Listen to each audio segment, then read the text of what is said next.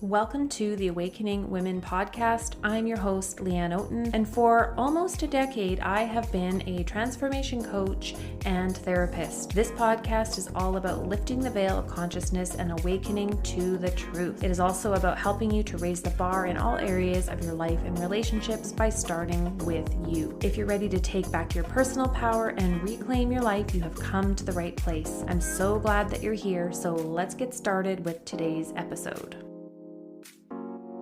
All right, so this is going to be I've got notes here. It's going to be a little bit of me just free flow chatting with you from this perspective of something I wish I'd known 10 years ago is that I'm capable of doing most things a man can do for me. And so I'm going to talk to you about some of the thoughts around this and fears that women have shared with me that they have about leaving, things that come up, and some new ways to look at things so that maybe you can loosen the mental knots around just seeing it one way, that you're stuck, that you're trapped, and you're using all of these excuses to avoid taking any action or steps in a better direction for you.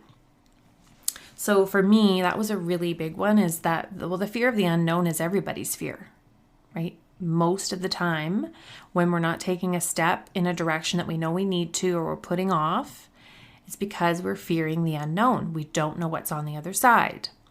So instead of being trapped and controlled by the fear, what we need to do instead is face it.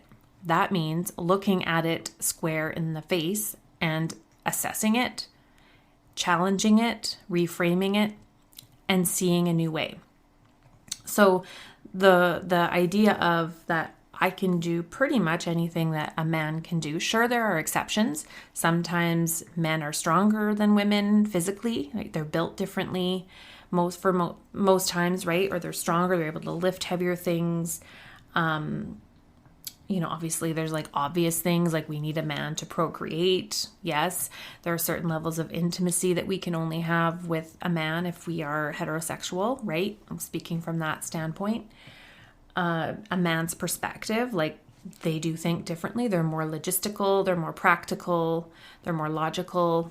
And sometimes having that perspective, I find, if it's from someone that actually has my best interest at heart, mind you, is helpful to have the male perspective, to get out of my emotion and get out of my intuition and get out of my feeling place, to have a more logical and just analytical view of things. So that's helpful. I do believe that a man in a relationship should be a provider and protector. Now, it doesn't mean provider is in that they need to provide all the finances and provide all the bread and butter. I don't mean like that. But they should have the ability to provide. They should want to provide. They should want to join with you in financially providing for you. That doesn't mean that there are some cases where there is, you have a stay-at-home mom and the man is the provider. I'm not against that, as long as the woman who's staying at home is equally respected and valued for her role in providing a home for her children, providing a parent for her children that's there while the other parent is away working, providing financially. So it's a whole other subject, right? With the patriarchy and the feminism and all this other stuff, there's different ways of seeing things, like that a man should be the provider and do all for the woman. I don't believe that that's healthy, but I do believe that they should be, not living off of you or not having that drive to want to provide for you and do things for you and do nice things for you. Of course, that should be reciprocated, right? A woman provides something different.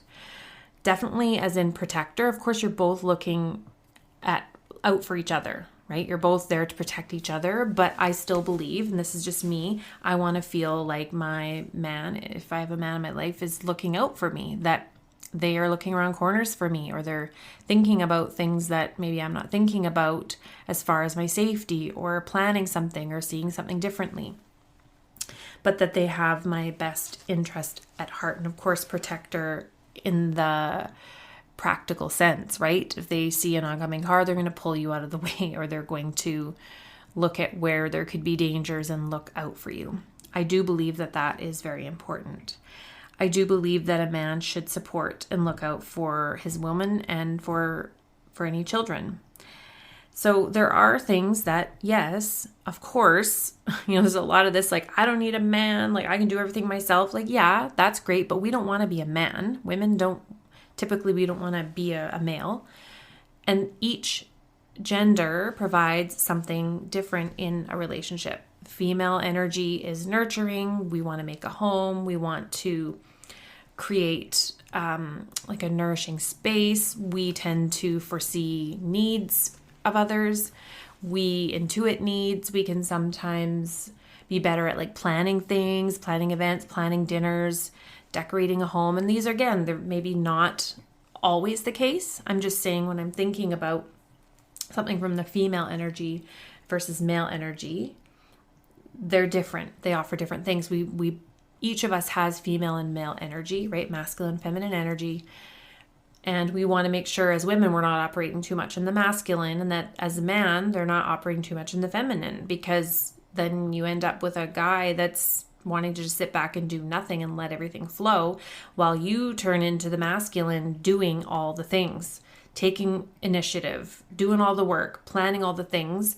And it's a role reversal. And in my opinion, yeah, that won't really work unless both people are joining in with that idea that you are the one that's going to be the doer. I'm just going to be the one that's chilling, letting things roll and kind of just fall into place, go with the flow, not take any initiative as a man. And I expect you as the woman to do all the work.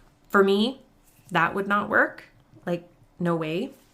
Because for me, if I have to be in my masculine all the time doing, as I already am in my, as a business owner and an entrepreneur, there's a certain amount of doing energy that's required for that, and leadership and foresight and planning and strategy and work. And then there is also balancing it out with flow and rest and just being and taking care of myself. So this is kind of going off topic, but the idea is that, of course, when we're talking about equality, like, women and men, we're not the same. We're not the same. Women birth life. Men do plant the seed. We nurture the seed. We grow the seed into a human, and then we birth this baby. And then many of us end up, they're living off of our bodies for at least a year or more through nursing, right? So that in itself puts us very far apart as far as we are not the same. So this whole equality thing, it can go too far. Like, we're not the same. And so it's okay to believe that and feel strongly that you would want a man in your life to fulfill certain roles, jobs, tasks, and that you might fulfill more of other certain jobs and tasks. Does that mean that you don't work together sometimes to do things together? No. So if you are the one that seems to be better with planning a gathering and getting the food together, and you kind of have an idea of the menu and you can do all those things, does that mean that your man isn't in the kitchen helping prepare for all this? No. But maybe your tendency is toward more of that planning. So your guy is better at, more capable or more experienced in fixing a toilet or doing some kind of repair that you maybe aren't sure how to do. And maybe you're there just watching how they're doing it, or you're assisting or getting parts that they need, or you're doing it there with them. There's different ways of seeing it. So you have to know what you want, right? Like, if you are of the belief that there needs to be equality, it goes very far. Like, it can go really deep. We could go into this for hours, right? This is something for each of us to think about what that means to us. Back into this idea, circling back to that I need a man to take care of me. There's certain things that a man needs to do, and I had to challenge that for myself. And I know this is a lot of what we do in my program and when I work with women, because they're stuck in this idea that they're not going to be able to survive on their own without their man in their life, right? Because maybe he has fulfilled certain roles that they haven't had to. But we need to shift this and realize that while we are not men, we're not men in a woman's body, right? We're women. We see things differently. We feel things differently. We do things differently, just as men do. And so we have to also look at like where that all falls into why we end up in these relationships, right? This is all part of it. When I say we need to do the inner work, this is part of it. All right. And in my programming, I go through how to actually reframe and shift all of the negative paradigms and negative thinking and negative messages and negative memes that we have been programmed to believe as women about what women need to be doing and what men should be doing, because it goes both ways, right? There's things that we're expecting them to do that maybe isn't completely fair as well. So it goes both ways. But when we're talking about getting into a toxic relationship, an abusive relationship, a narcissistic relationship, getting into that dependency on the other person is set up from the beginning, typically. So they will find your weaknesses and create scenarios where you become dependent on them. And this is where it starts. And that's not to say that independent women don't get themselves into these situations, because that's not true either. There are some that are attracted to the independence of a woman so they can cut her down to make her dependent. And she loses her independence through they have kids together, then she's no longer working, then she no longer has her own income, and then she's fully dependent on this abusive person who's now financially abusing and controlling her. She has kids, she has no way out, she's given up her career. So now she has to look at unraveling all of that. Okay, so my first step is I've got to get back into the career game. I've got to get my income going, and that's sometimes the first step. But we can get set up into this dependency from the beginning. Okay, so that's what we have to realize. And this, again, is sort of foreshadowing into when the time comes and you leave, if you are dating and looking at other prospective relationships, how do you move into that in such a way that you maintain your independence within the relationship? So you're not dependent and left without options if things start to no longer work, right? That's the key. The other piece that creates this dependency is that if you're with a narcissistic partner, they tend to criticize how you do things. So you just defer to them because it's easier, because you know they're just going to criticize or critique what you're doing. And so you just kind of take a back seat to that. There might be some level where you're looking for a man to take care of you, but to what level? So sure, there may be some things that you want as far as being taken care of in certain ways. What does that look like to you though? And vice versa. How are you willing to show up and take care of your man, your partner, right? What are the things you want to do? And you're not the only one doing them. These are things we have to think about. But the idea is that most things that a man can do, we can actually do for ourselves for the most part. So we can get to a place in these relationships where we realize, like, I'm already doing 95% of everything anyways. If you were to actually look at what you do in a day and what your spouse does in a day, how much more would you actually be doing without that person in your life? So it's something to think about. Plus they make life harder, so that work that you're doing, it's not just that, it's the emotional labor of everything and the dealing with the constant nonsense all the time, right? So getting clear on where are you in fear? Where do you need to get empowered? Because the fear of the unknown is what keeps us stuck. All of us, we all fear that. We don't know what's on the other side, so we stay in the familiar. The belief that we need a man as a woman to survive is what's toxic. I do believe a man should partner with us to create reciprocal give and take in a relationship. For me, from my own experience and where I'm at, I would never want to be in a relationship where it didn't feel equal, right? Like, and again, not equal as in we're both men or we're both women.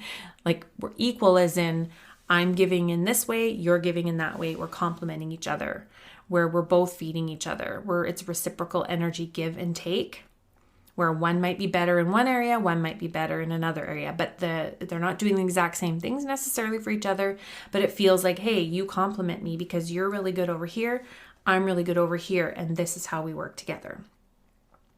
So that is what I believe a partnership is that we both have certain strengths and things that we're better at, and then we are grateful for the other person for what they are better at and that they provide that.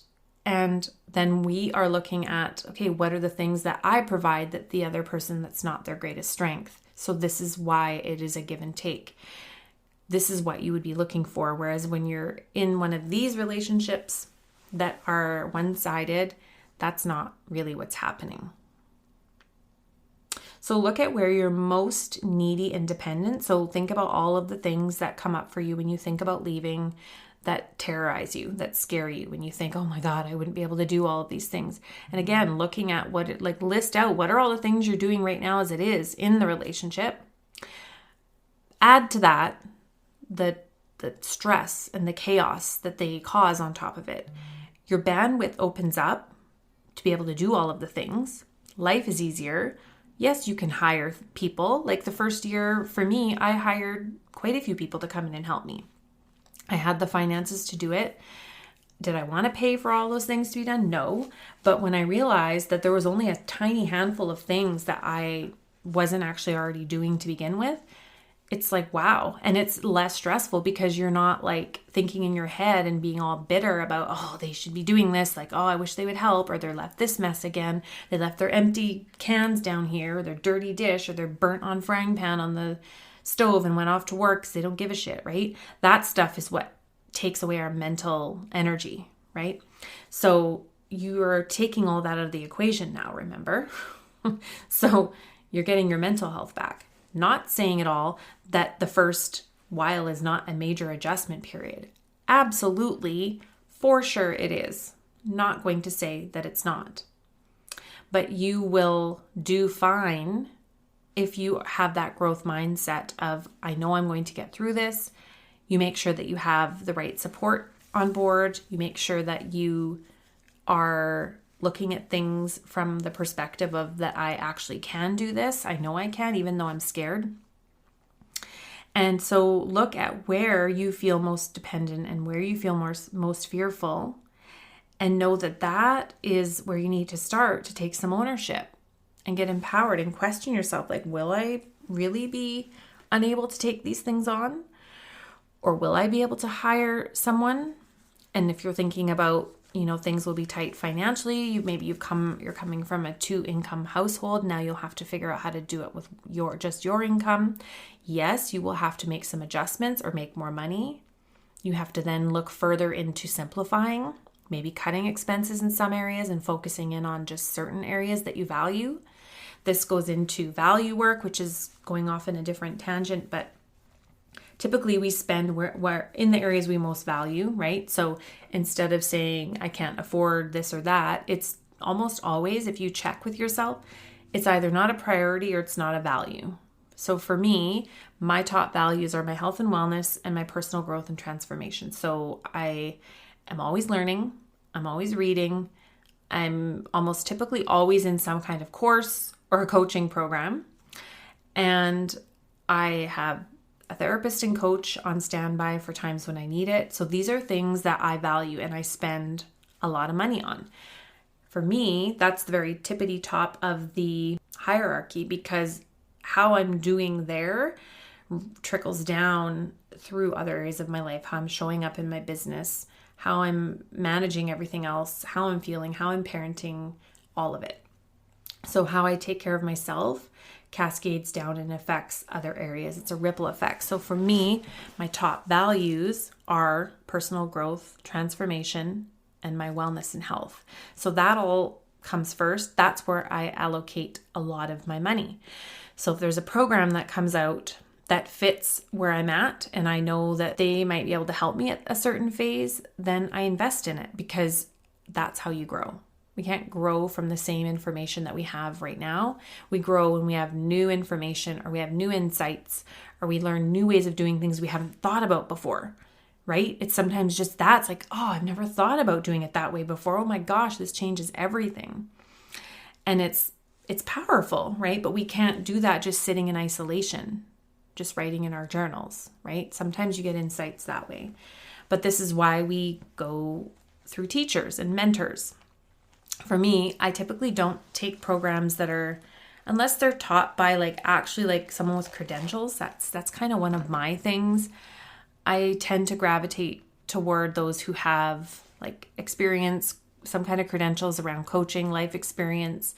They have education around the area that they're teaching in. I don't really love just learning from someone that's like, oh, here's my life experience and here I'm just going through telling you what I've learned. Sure, there's some value in that to a degree, but if I'm going to invest in something, I want to see, do they have credentials? Do they have some kind of education to back what they're doing? That's a big one for me. So when those things make up, especially with my personal transformation, when it comes to business, I've taken quite a few business courses to learn online business and marketing and all that, of course. For me, then I look at, okay, so what's their results? How are they doing it? Or is how they're doing it feel like it aligns with me or not? Like, would I want my people to have this experience, right? Because obviously part of what I do here is to market. Like, my podcast is, I love doing it. It's free, but it is to market what I do, like being honest.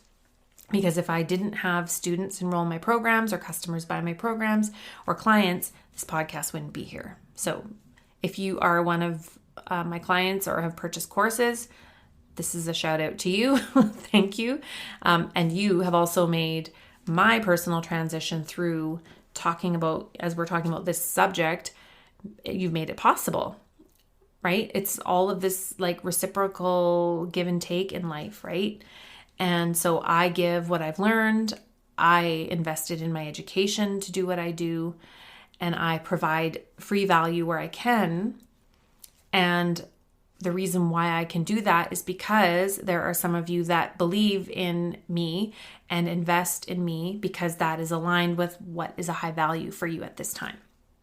Going off on a little tangent. So just talking about money, right? It's not just, I don't have the money. It might be, oh, I might have to cancel this subscription or cancel this, that, or the other thing. And then this opens up money over here for now, right? Just to transition. So just changing how you're thinking about it. If finances is one of your barriers, is one of your fears of, hey, I have this much income, how am I going to do this? Going from a 2-income household to 1, of course, there's going to be adjustments that will be had. So I hope this helps. A little bit of this was some of my notes, but then I just kind of go off and take off on a certain topic. But I hope maybe you got something out of this. And to circle back, just remember that most of the things that you think you cannot do on your own, you probably can, more than likely can. And you probably already are. You probably already are doing most of the parenting, the managing, the organizing, the cleaning, the kid stuff, the making of the appointments. Maybe there's a few handful of things like handiwork around the house or the lawn care that you're not doing right now. And then you go, okay, so can I take that on? Could I hire a kid on the street to do it? Is there maybe a landscaping company, right? Like I did that all of last year and it was really nice, actually. It was really nice. This year, I'm going to attempt to take it on myself just to see if I can and how I go. But they did come in and do a really big spring clean, trimmed everything up, raked everything, got everything, like the fruit trees pruned and all that, which is great. And so that's all done. So I just need to maintain it. So realize that, like, if it's something that you're not already doing yourself, you can likely hire someone else to do it or figure it out how to do it yourself. Those are your options, right? You don't have to stay in something that is taking years off your life to be in it because you feel like you don't have any other options. And so that's why I wanted to share this, because I know that you're probably just thinking about all of those things, the things that feel impossible. And I just want to offer different perspectives to open your mind to other possibilities. All right, take care. Thanks so much for tuning into this episode of the Awakening Women podcast. If you love this show and it has served you and helped you on your journey, please take a moment right now and leave a rating and review in iTunes and Spotify. If you'd like more daily content, videos, and inspiration, come on over and join me at Awakening Women Support Official over on Instagram, where we can connect and you can continue your transformation and growth journey. And I'll see you online. Take care.